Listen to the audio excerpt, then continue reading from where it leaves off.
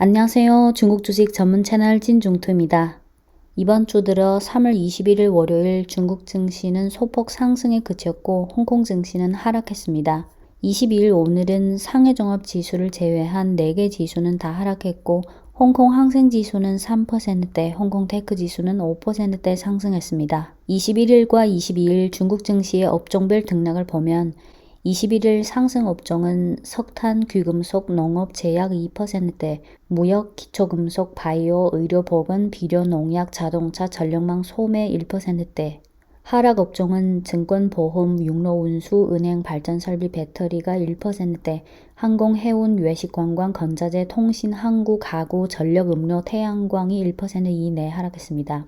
22일 오늘 상승 업종은 석탄, 부동산 3%대, 에너지 설비, 귀금속, 가구, 정유, 천연가스 2%대, 은행, 도로, 육로, 운수, 문화미디어, 철강, 보험, 항구, 농업이 1%대 상승했습니다. 오늘 하락 업종은 바이오 3%대, 발전설비, 제약, 반도체 2%대, 의료, 보건, 항공, 공항, 화학, 섬유, 전력망, 배터리 1%대, 통신, 장비, 정밀화학, 주류, 석유, 건자재, 태양광 등이 1% 이내 하락했습니다.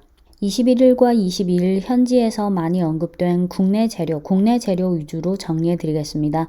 첫째는 세금 환급 정책, 둘째는 에너지 저장 발전 정책, 셋째는 코로나 방역 상황 업데이트, 넷째는 알리바바 자사주 매입 공시입니다.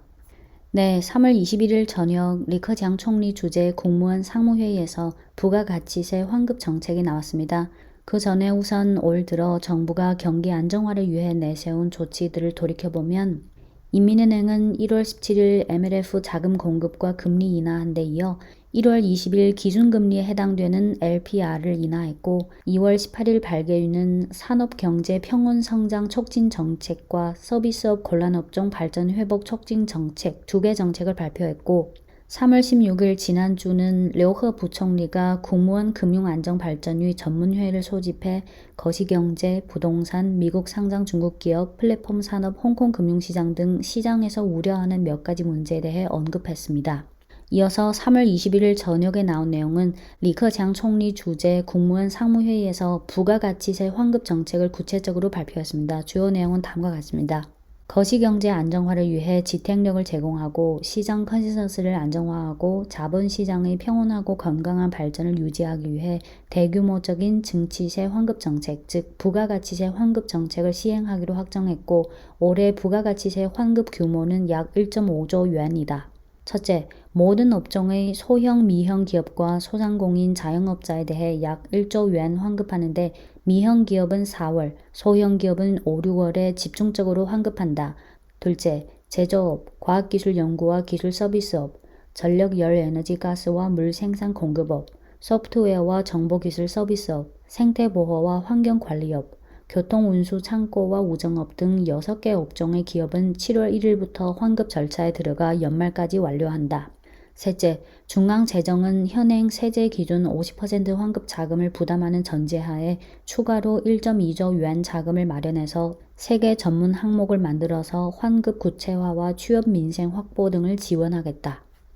네, 이렇게 구체적인 세금 환급 외에 리커장 총리는 거시경제와 관련해 다음 5가지 내용도 언급했습니다. 첫째, 온건한 통화정책이 실물경제에 대한 지지 강도를 강화하고 대수만관하지 않는다를 견지하는 동시에 대수만관은 무분별한 양적 완화라는 거예요.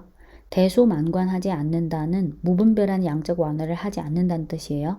네, 첫째, 온건한 통화정책이 실물 경제에 대한 지지 강도를 강화하고 대수만관하지 않는다를 견지하는 동시에 각종 통화정책 도구를 적시적으로 운용해서 합리적이고 충분한 유동성을 유지하고 대출과 사회융자의 적절한 성장을 유지해야 한다.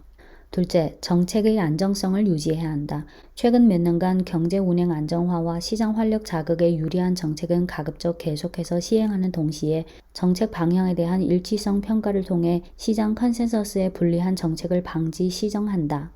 셋째, 시장화, 법치화, 국제화 원칙에 따라 자본시장 운행에서 나타난 문제를 착실히 처리하고 각종 시장 주체들을 위해 안정, 투명, 예상 가능한 발전 환경을 조성해야 한다. 넷째, 정부 부처 간 협동을 강화하고 국내외 경제 금융 상황을 면밀히 모니터링해서 사전에 방비하는 자세로 새로운 도전에 대응하며 맞춤화된 조치를 취해 시장 컨센서스를 안정화시키고 시장의 신뢰를 진작해야 한다. 다섯 번째, 대외 무역 안정화 작업을 계속 잘해서 유엔화 환율이 합리적 균형적 수준에서 기본적인 안정을 유지하도록 해야 하고 국제 수지의 대체적인 균형을 유지해야 한다. 네, 이어서 두 번째 재료는 에너지 저장 산업 정책, 즉 ESS 산업 정책인데요. 3월 21일 발개유와 국가에너지국에서 제14차 5개년 신형 에너지 저장 발전 시행 방안을 발표했습니다.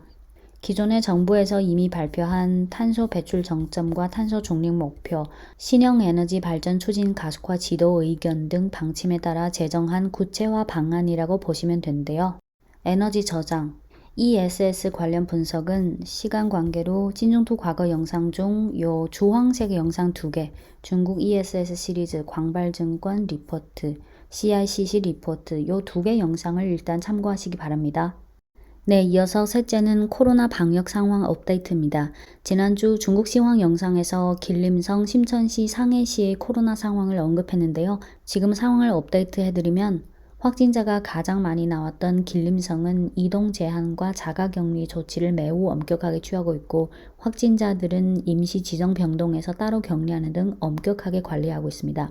심천시는 지난 3월 14일 이동 제한을 했는데 그 후에 엄격하고 신속하게 관리해서 3월 18일에 심천시 안에 있는 여러 구 중에 4개 구를 정상화시켰고 3월 21일, 22일은 구별 상황에 따라 맞춤형 방역 조치를 취하고 있는데 리스크가 낮아진 구는 점차 하나하나 정상화되는 방향으로 가고 있습니다. 상해시는 3월 18일부터 확진자 발생 지역 대상으로 48시간 내에 2차례 코로나 검사 작업을 했고 3월 19일부터는 거의 시민 전체 대상으로 동시에 48시간 내 2번 검사 작업을 집중적으로 시행해서 무증상 환자들을 신속하게 검출해내는 작업을 진행하고 있는데요. 3월 22일 현재 기준 검사 작업이 점차 막바지 단계로 들어가고 있습니다. 방역 정책과 관련해 지난 3월 17일 시진핑 총서기가 중공중앙정치국 상무회의에서 방역 관련 지시가 있었는데 강조했던 점 위주로 번역하겠습니다. 끝까지 밀고 나가는 것이 승리하는 것이다. 인민지상, 생명지상, 과학적이고 정확한 동태적 제로 코로나를 견지해서 가급적 빨리 코로나 확산 조짐을 억제해야 한다. 과학적이고 정확한 방역 수준을 제고하고 방역 조치를 부단히 개선하고 백신, 신속검사 시약과 약물 개발 등 과학기술 문제를 공략해서 방역 작업이 타깃성, 맞춤형이 있도록 해야 한다. 전략적 정력, 여기서 정은 정할 정자로 마음이 흔들리지 않는다는 그 정력이에요. 전략적 정력을 유지하고 안정 속 발전을 견지하고 방역과 경제 사회 발전을 통합적으로 관리하고 보다 더 효과적인 조치를 취해 최소의 대가로 최대의 방역 효과를 실현해서 방역이 경제 사회 발전에 미치는 영향을 최대한 감소해야 한다. 3월 22일 오늘 국가위생건강위 의정의학부 국장은 이렇게 말했습니다. 일부만 발췌할게요. 도시별로 구체적인 상황에 따라 과학적이고 신속한 분석으로 전원 검사 여부를 결정한다.